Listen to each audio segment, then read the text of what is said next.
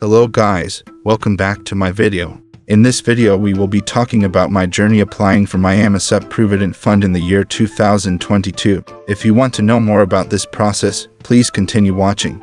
Today I will share to you the process from the moment I send my application to the link which I will be posting in the description below.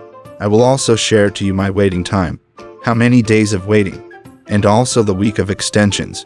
After weeks of waiting they send me email which I will be showing you before we end this video about the update of my application. After that email they send me an update which includes the quick claim and voucher. Weeks later I was able to receive my Provident Fund. These are the process of my journey getting my Amosup Pruvident Fund. And I know that you guys have a lot of questions while waiting to your application. Me as well, I have been waiting and questioning about the status of my application.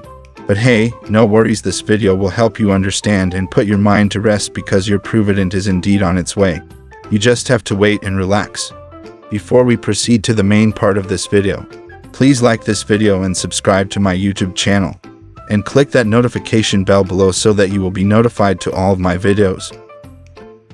So this is how it looks like when you successfully submitted your application on the link that Amosup provided.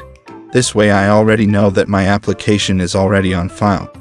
Talking about the days I spent waiting.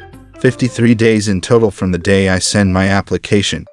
After 30 working days and 1 week extension the Amosup will send you a quick claim and voucher. After you receive that email you have to access the link that is in the email and they will ask for your signature. Upload it and wait for further instructions.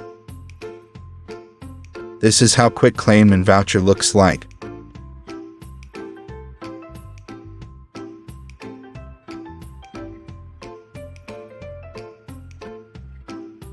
After you submitting your signature, you have to wait for another week to receive this email confirming that your fund has been deposited to your bank.